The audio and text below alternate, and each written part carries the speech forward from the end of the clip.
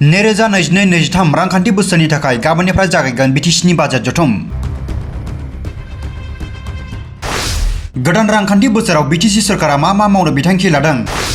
थांनाय 2021-22 रांखान्थि बोसोरनि एसओडी फान्डखौ सरकारा मा खामानियाव बाहायखो? बाजेट जथुमनि सिगां बेरेखा हान्जानि MCLA देरहासार बसुमतारीनि बेरफ्रुसार बिबुंथि।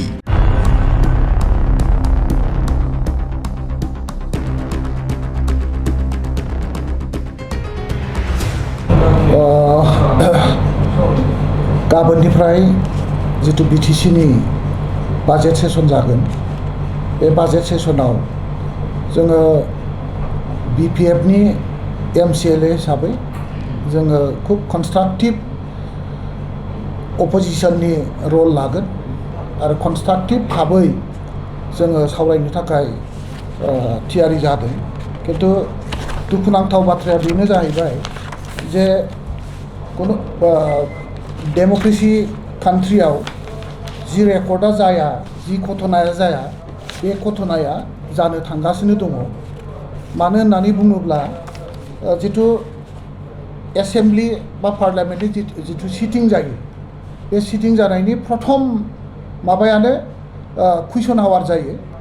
दा जोङो दा केलेन्डारखौ मोनबाय, गाबोननि गभ बिजनेस केलेन्डार। बेवहाय कुइसन आवारा माने जोबनायावसो। बे कुनु गणतन्त्र देशनि जिथुनाखि रायजो राजानि गांनाय उखैनाय समस्या, बेफोरखौ खोनासंनो थाखाय पार्लियामेन्टआव मर्यादा होनानै कुइसन आवारखौ प्रथम हावारावनो प्रथम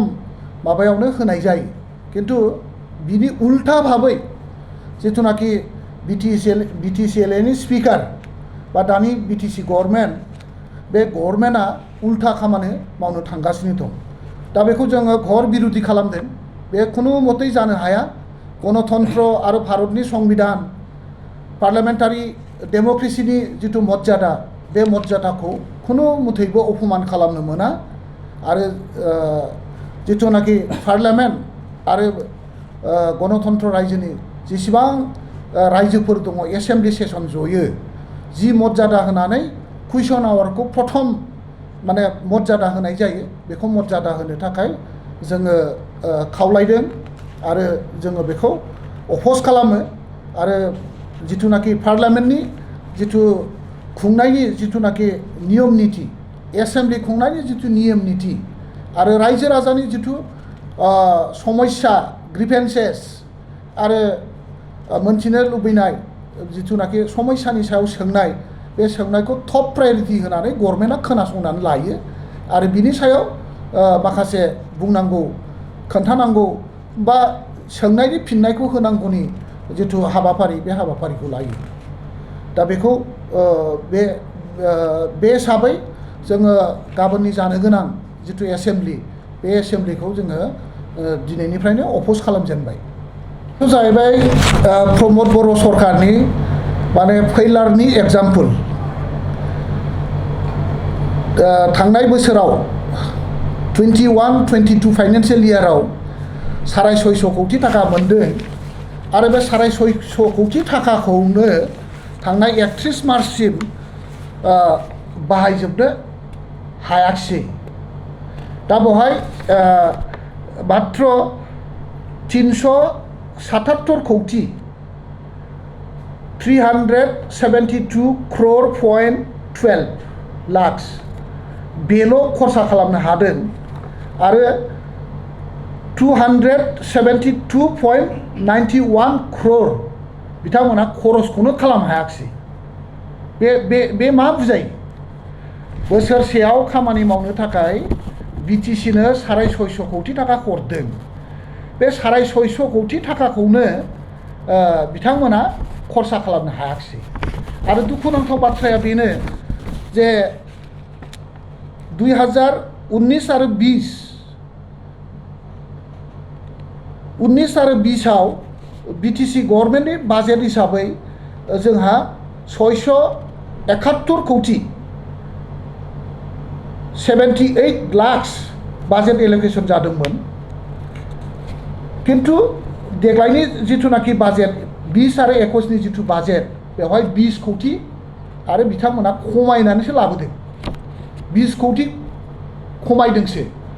व्हेयारएस जिथुनाखि इनहेन्समेन्ट जिथु पलिसि बिटिसि नि बाजेटआ बोसोरे 10% माने इनहेन्स जायोमोन दा 10% इनहेन्सनि खोथायाथ' बाद हो बिथांमोना 20 कोटी थाखाखौ बिथांमोना माने बाजेटआवनो खोमानानै लाबोबाय आरो फैसा जेसेबां सौफैबाय बेखौ खरस खालामनोबो हायाखिसै बेनो जाहैबाय बिटिसिनि परिबर्तन माने बड'लेण्डनि परिबर्तन एग्जाम्पल अब्ला सेन्ट्रेलनि माखासे फान्डफोरा सौफैयाखै नामा सेन्ट्रेलनि फान्ड हिसाबै गोबां थाखा माने सौफैदोंमोन बे फान्डफोरखौबो बिथांमोना इउटिलाइज खालामनो हायाखै आरो मोनसे दुखुनांथाव बाथ्राया बेनो जे एज पार बिटिआर एकर्ड जिथुनाखि 10.1 एनेक्सार 2-3 बेवहाय माने इनफ्रास्ट्राक्चार डेभेलपमेन्टनि थाखाय 1500 कोटी माने 1500 करोड़ थाखा जिथु डेभेलपमेन्टनि थाखाय हरनायनि बाथ्रामोन सेन्ट्रेल गभर्नमेन्टआ 50% आरो स्टेट गभर्नमेन्टआ 50% माने 50-50 बे हिसाबै जिथु 1500 करोड़ थाखानि खामानि मावनायनि जिथु हाबाफारि माने एनेक्सार 2 आरो एनेक्सार 3 आव होनाय जिथु माबा मा होनो इनफ्रास्ट्राक्चार बा जिथु बानायनांगौ इनस्टिट्यूटफोर अनुष्ठानफोर बिनि थाखाय हरनाय जिथु थाखा बे थाखाखौबो बिटिसि गभर्नमेन्टआ गरसेबो लाबोनो हायाखिसै 2020-21 आव माने स्टेटआ गावनि बाजेटआव 50% माबा मैचिंग शेयर हिसाबै 250 कोटी माने 250 करोड़ थाखा बाजेट एलोकेशन खालामदोंमोन आरो 21 आरो 22 जिथु एनुवेल बाजेट बे एनुवेल बाजेटआव बिटिसि सुक्तिनि माने बिटिआर सुक्तिनि थाखाय 200 करोड़ थाखा स्टेट गभर्नमेन्टआ बाजेटआव मैचिंग शेयर हिसाबै आरो होबावदोंमोन दा बे फैसाखौ बिथांमोना गरसेबो माने लाबोनो हायाखिसै माने बिथांमोना दिनैसिम जि अनुष्ठान प्रतिष्ठान इनफ्रास्ट्राक्चार डेभेलपमेन्टनि थाखाय जिथु खामानि मावनांगौ बिनि थाखाय जिथु कनसेप्ट पेपार डिपिआर खालामनानै सेंसन खालामनानै खामानि मावनानै फैसा रिलिज खालामनानै लाबोनांगौ बे हाबाफारियाव बिथांमोना फुल्लि टटेलि फैला दिनैसिम जों मिन्थिनायाव बिथांमोना दासिमबो माने कनसेप्ट पेपार बा डिपिआर बिथांमोना स्टेट गभर्नमेन्ट सेन्ट्रेल गभर्नमेन्टनो होनानै बिथांमोना मोनसेबो प्रजेक्ट सेंसन लाबोनो हायाखै टटेलि फैला आरोबाव दुखुनांथाव बाथ्राया जाहैबाय देग्लायनि जिथुनाखि स्टेटनि बाजेट बा बिटिसिनि जिथु बाजेट WPT बाजेट बे बाजेटआव बे दफाखौ मावफुंनो थाखाय स्टेट गभर्नमेन्टआ देग्लाय बाजेट प्रभिजन खालामाखिसै जिर' बाजेट खालामनानै दोनबाय मानो होननानै बुङोब्ला 2020-21 बोसोरनैयाव बाजेट एलोकेशन खालामसेयावबो माने प्रमोद बर' सरकारा फैसाखौ बा खामानिखौ मावनो हायैनि थाखाय देग्लायनि बाजेटआव जों बेखौ नुनो मोनाखिसै बिसिबां दुखुनांथाव बाथ्रा मार्टियार्सनि फेमिलि बिथिङाव मा बुंनो सानो सार दिनैसिम मोनबाय फैसा मोनाखै मार्टियार्स न'खर होनना बुङोब्ला बेवहाय मोननै रोखोमनि जागोन मोनसेया जाहैबाय बड'लेण्ड मुभमेन्ट 2003 सनसिम बड'फा उपेन्द्रनाथ ब्रह्मनि दैदेननायाव सोलिनाय जिथु मुभमेन्ट बे मुभमेन्टआव मुंख्लं जानाय आरो BLT-नि जिथुनाखि मुभमेन्टआव मार्टियार्स जानाय गासै 2003 सनसिम 2624 जन जोंहा एप्रुभ लिस्ट दङ दा बे एप्रुभ लिस्ट थानाय जिथुनाखि मार्टियार्स न'खर बे न'खरनोबो फैसा होनो थाखाय थांनाय बोसोरनि बाजेटआव 10 कोटी थाखा एलोकेशन दङमोन बाजेट प्रभिजन दङमोन स्टेट माने WPT बाजेट बिटिसि बाजेट बेखौबो गरसेबो फैसा लाबोआखिसै आरो बे मुंख्लंफोरनो होनो थाखाय जिथु बाजेट प्रभिजन बे प्रभिजनखौबो बिथांमोना खालामाखिसै आरो बिटिसिनि जिथु मुंख्लं बे मुंख्लं न'खरफोरखौबो डिप्राइभ खालामबावबाय डिप्राइभ खालामबाय जोङो थांनाय नभेम्बरनि 18 तारिखआव मार्चनि 18 तारिखआव जोङो आसामनि मानिजाथाव मुख्यमन्त्रि जोङो बिथांखौ लोगो हमदों बिथांखौ जोङो बेनि सोमोन्दै जों ब्रिफ खालामदों सार नोंथाङा थाबैनो जिथुनाखि बड'लेण्ड मुभमेन्टआव मुंख्लं जानाय न'खरफोरनो न'खरसेयाव 5 लाख होनायनि जि हाबाफारि बे हाबाफारिखौ थाबैनो मावफुंनांगौ लोगो लोगो जोंनि मानिजाथाव चिफ मिनिस्टारा मुख्यमन्त्रि डक्टर हिमन्त बिश्व शर्माया जोंनो खोथा होदों आरो बे खोथा होनाय मथेयैनो जोङो दा बाजेटआव नुबाय जे देग्लायनि बाजेटआव 500 जन मुंख्लं न'खरनो बड'लेण्ड मुभमेन्टनि मुंख्लं न'खरनो 5 लाख होनो थाखाय बाजेटआव 25 कोटी थाखा एल'केसन जानायखौ जों नुबाय बिनि थाखाय आङो आसामनि मानिजाथाव मुख्यमन्त्रि बिथांनो रोजा रोजा धन्यबाद होबाय आरो बिथाङा थांनाय एसेम्ब्लियाव प्रमद बर' बिथाङा एसेम्ब्लियाव एकदम नंखाय मोनसे बाथ्रा फोसावदों दिनैसिम माने बिटिआर एकर्डनि दफा मथे जिथु बड'लेण्ड मुभमेन्टनि मुंख्लंफोरनो 5 लाख स्टेट गभर्नमेन्टआ होनांगौनि जिथु दायित्व बे दायित्वआव अलरेडि 320 जन बड'लेण्ड मुभमेन्ट मार्टियार्सनो जोङो एक्स ग्रेसिया होबाय होननाया टटेलि मिसा खोथा एकदम नंखाय खोथा नोंथांमोना क्लियार जे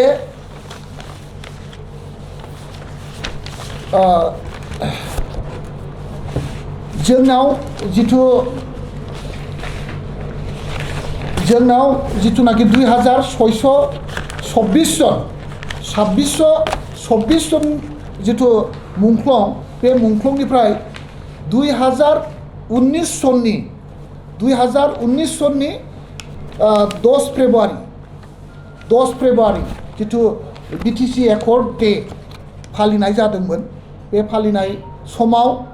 2019 सननि 10 फेब्रुवारियाव बै समनि मानिजाथाव मुख्यमन्त्रि सर्बानन्द सन'वालनि आखाइजों बिटिसि गभर्नमेन्टआ मुथ 300 जन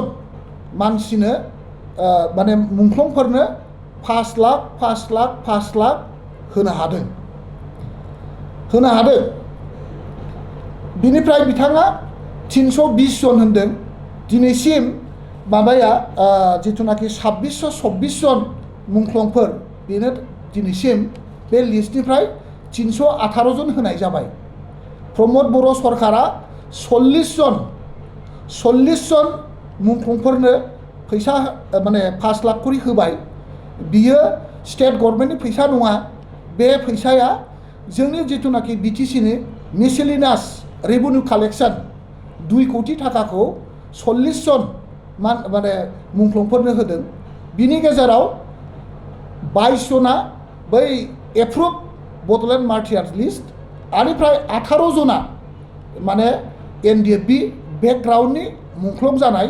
सुबुंफोरनो होदों दा बे 18 जनल' माने एनडिएफबिनि मार्टियार्सफोरनो होनो हादों आरो बिटिसि जिथुनि लिस्ट बे लिस्टनिफ्राय दिनैसिम अन रेकर्ड बिटिसिनि अफिसियेल रेकर्डै जोङो बुंनो हायो माने एप्रुभ लिस्टनिफ्राय माने 322 जन मार्टियार्स न'खरनो होनो हाबाय इसिबां मिसा खोथा बुङो हावा बोरै खोथा बुंनो हायो असम्भब बे पबित्र सदनाव बिथाङा अनेक किसु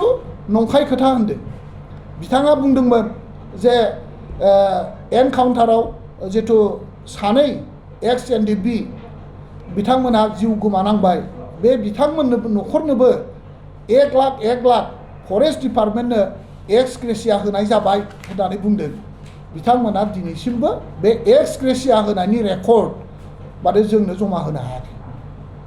एक्स ग्रेसियानि खुनु रेकर्ड होनो हायाखै हादोरसा सरकारा जोङो कुइसन लाखिदों बिथांमोना बिनि कुइसनखौ मा रोखोम होयो जोङो गाबोन बा समनिहानि जिरायनो गोनां एसेम्ब्लियाव कुइसन आवाराव कुइसन एन्सार मोनोब्ला जों बेखौ बुंनो हागोन जों अलरेडि बिनि सायाव सोंथि लाखिबाय 1 लाख साख्रि होनायनि जि हाबाफारि जों आसाम गभर्नमेन्टनि खोथाखौ जोङो बुंनो थाङा खिन्थु बिटिसि गभर्नमेन्ट बिटिसि हिसाबै दिनैसिमबो माने खुनु साख्रि होनाय खुनु माबा गैया जों मोनथिदों बाहेरानिफ्राय लाबोनानै बिटिसि एरियायाव मास्टार साख्रि सोफैदों थांनाय एसेम्ब्लियावबो बिथांमोना सिकार लादों आरो जों बेखौल' जों मोनथिगौ आरो बिथांमोना दा साख्रि सोनायनि जे माबा मोनसे लाहार फाहार खालामनांगौ बेनि थाखाय जोङो जेबो माने हाबा मावनाय नुवाखै आरो बे साबजेक्टनि सायावनो थांनाय 18 मार्च खालि आसामनि मानजाथाव मुख्यमन्त्रिजों जोङो बेखौ रायलायदों आरो जोङो थाबैनो साख्रि सोनायनि जिथु बेबस्था जि साख्रि सोनांगौनि जिथु बेबस्था बे बेबस्थाखौ जाहाथे खुनु रोखोमै आसाम सरकारा हस्तक्षेप खालामा आसाम गभर्नमेन्टआ जाहाथे खुनु रोखोमै हस्तक्षेप खालामा बेखौ टटेलि बिटिसि गभर्नमेन्टनो होनांगौ आरो 3rd ग्रेड 4th ग्रेड जिथु साख्रि बे साख्रिया बिटिसिनि बासिन्दायाल' जाहाथे मोननो हायो बेनि थाखाय खामानि मावनांगौ बा खामानि मावनो थाखाय बिटिसि गभर्नमेन्टखौ माने दायित्व होनांगौ होननानै जोङो बुंदों जोङो असम्भब सासे माने एडमिनिस्ट्रेटिभ सेटआपआ मोननै रोखोम पावार लानानै बोरैहाय खामानि मावनो हायो दिनैसिम प्रिन्सिपाल सेक्रेटारिया माने बड'लेण्ड डेभेलपमेन्ट डिपार्टमेन्टनि अर्डार मथे हयथ' निस्सय प्रिन्सिपाल सेक्रेटारि काम सिइअ होननाय लिरनायखौ जों जेरावबो नुवाखै आरो प्रिन्सिपाल सेक्रेटारि बिथाङा हयथ' दिनैसिमबो बिटिसिनि जेसेबां एजुकेटिभनि खामानिफोर माने बिटिसि सोरखारनि जेसेबां खामानिफोर बेखौ प्रिन्सिपाल सेक्रेटारि हिसाबैनो खामानि मावगासिनो दं होननानै जों सानो आरो बेवहाय सिइअ होननायखौ हयथ' दिनैसिमबो हयथ' प्रिन्सिपाल सेक्रेटारिखौ बिथांमोना गनायहोनो हायाखै प्रिन्सिपाल सेक्रेटारिया हयथ' दिनैसिम सिइअ होननानै लिरनाय जों नुफेराखै आरो प्रिन्सिपाल सेक्रेटारिया दिनैसिम गावखौ आङो प्रिन्सिपाल काम सिइअ होनना लानायबो जों खोनायाखै खिन्थु बिथांमोना हयथ' बुंनो हागौ जे अलरेडि बिटिसिनि प्रिन्सिपाल सेक्रेटारिया सिइअ होननानै हयथ' बुंनो हागौ खिन्थु जों सानो जाहाथे जिथुनाखि